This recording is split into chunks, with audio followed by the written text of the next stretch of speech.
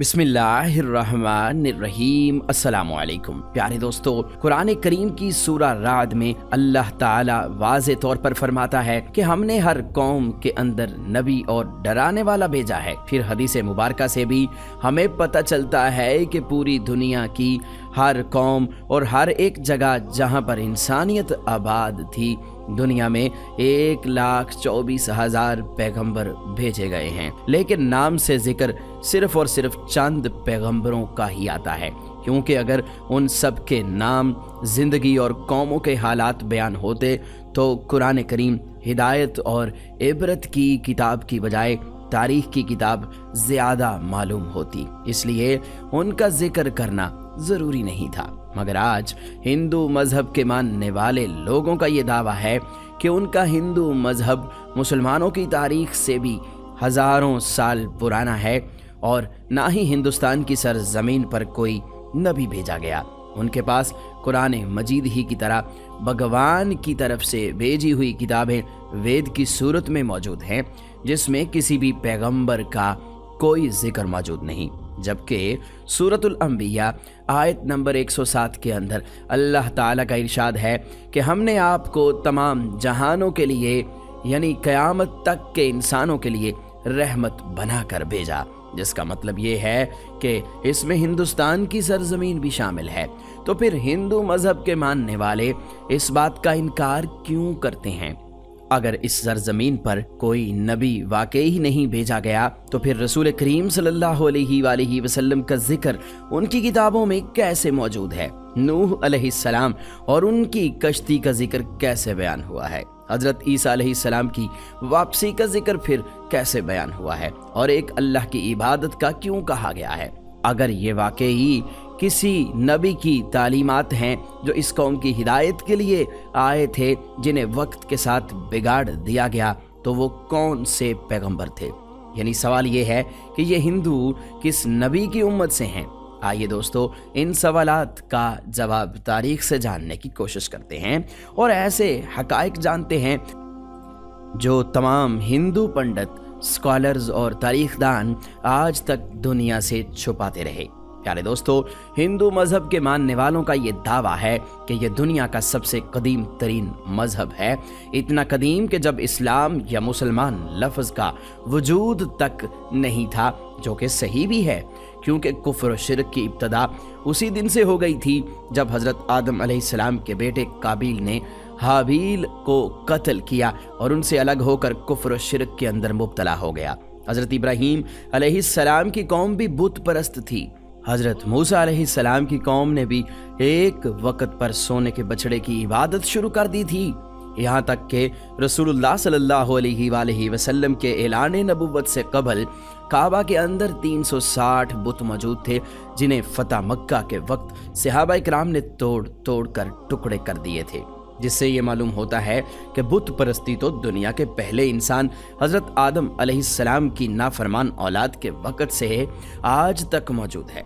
मगर इसका ताल्लुक किसी मज़हब से नहीं बल्कि गुमराही से है, जो कि शैतान इनसे करवाता रहा।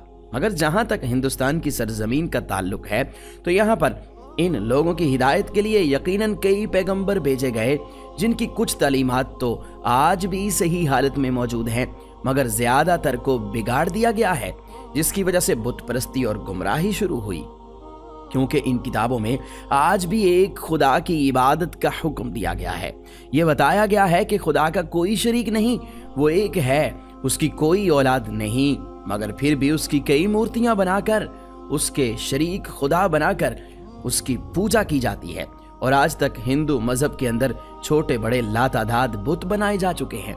हिंदू स्कॉलर्स का ये दावा है कि इस्लाम की शुरुआत आज से 1400 साल पहले हुई, मगर हिंदू मज़हब उससे भी पहले दुनिया का पुराना तरीन मज़हब है, इसलिए इस्लाम का हिंदुस्तान की सरजमीन से कोई ताल्लुक नहीं। मगर ये कम अकल इस बात को नहीं जानते कि दुनिया का पहला पैगंबर ही हिंदुस्तान की सरजमीन पर उतारा गया था। जी हाँ, हज़रत आदम अलैहिस्सलाम को दुनिया में उस वक्त हिंदुस्तान की सरजमीन श्रीलंका की एक पहाड़ी पर उतारा गया था, जहां आज भी उनके कदम के निशान मौजूद हैं।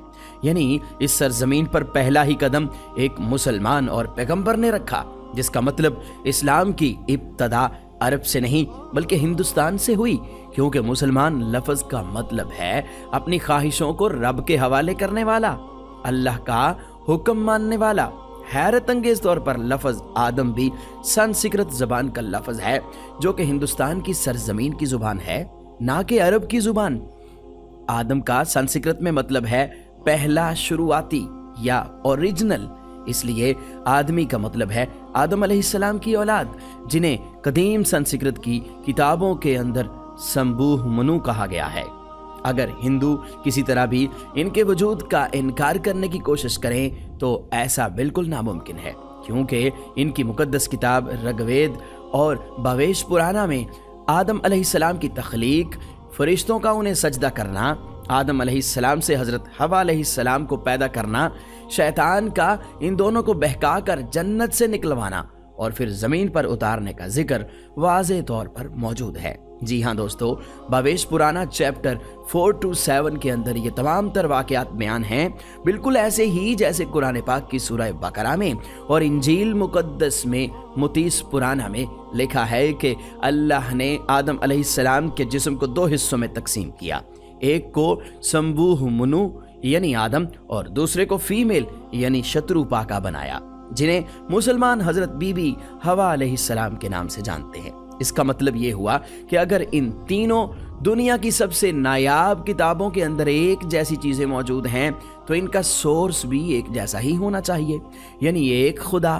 سری لنکا کی سرزمین سے ہندوستان کی سرزمین کو جوڑنے کے لیے قدیم ترین قدرتی پل آج بھی ہزاروں سال سے پانی کے درمیان موجود ہے، جس کا بنانا کوئی اتفاق نہیں۔ اس سب کے بعد سب سے اہم سوال یہ ہے کہ ہندوستان کی سرزمین پر جس نبی کو بھیجا گیا ہوگا، کیا تاریخ میں اس کے بارے میں کوئی ثبوت یا شواہد ملتے ہیں؟ تو دوستو، سب سے پہلی بات یہ ہے کہ ہندو نام کا کوئی مذہب تاریخ کے اندر کہیں پر موجود ہی نہیں ہے، اور نہ ہی ہندو مذہبی کتابوں میں اور نہ ہی کسی آسمانی کتاب مثلاً تورات، زبور، انجیل کے اندر اس کا کوئی ذکر موجود ہے۔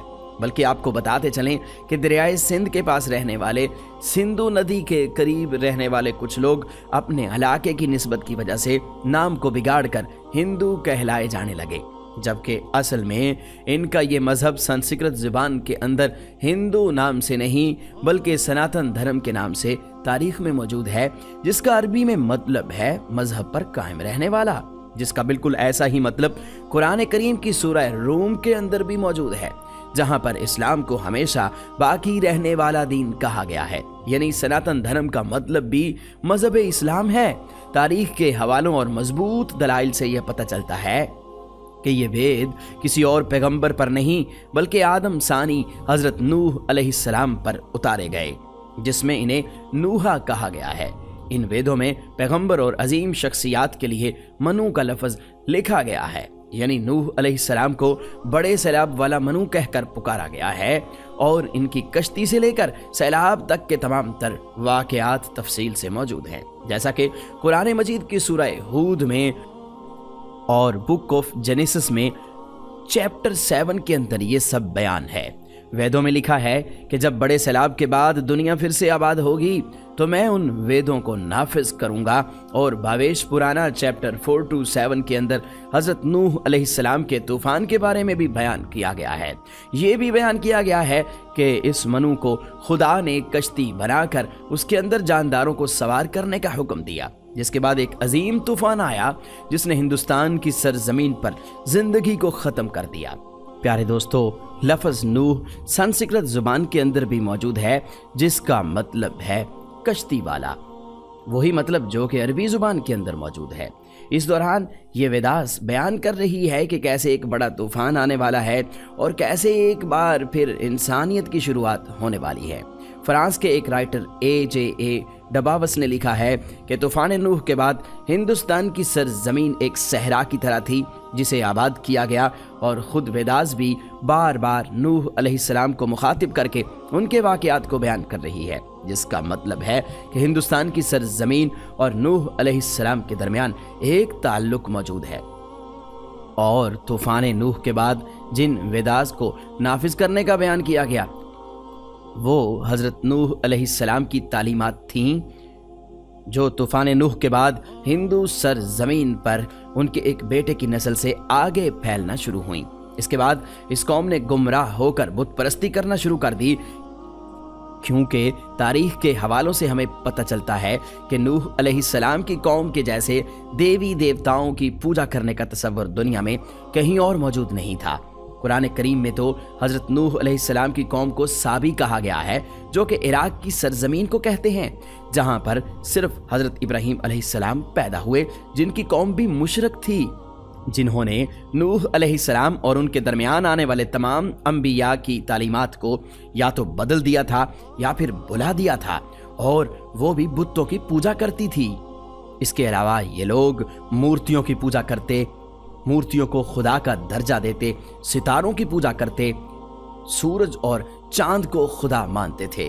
बिल्कुल ऐसे ही जैसे हर बड़े काम पर अल्लाह ने फरिश्ते मुकर्रर किए हैं, वो भी हर बड़े काम पर अल्लाह की तरफ से पाबंद हैं, इसी तरह इन लोगों ने भी हर काम करवाने के लिए अलग अलग खुदा मूर्तियों की सूरत में बना दिए।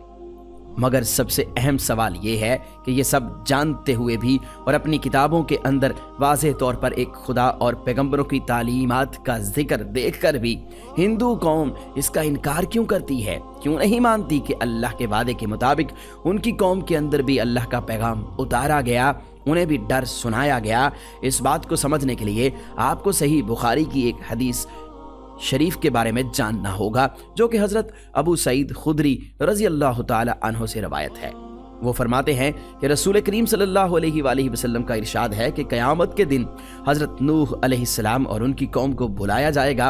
अल्लाह ताला हजरत नूह अलैहिस्सलाम से ये सवाल करेगा कि क्या आपने अपनी कौम तक मेरा पैगाम पहुंचा दिया था?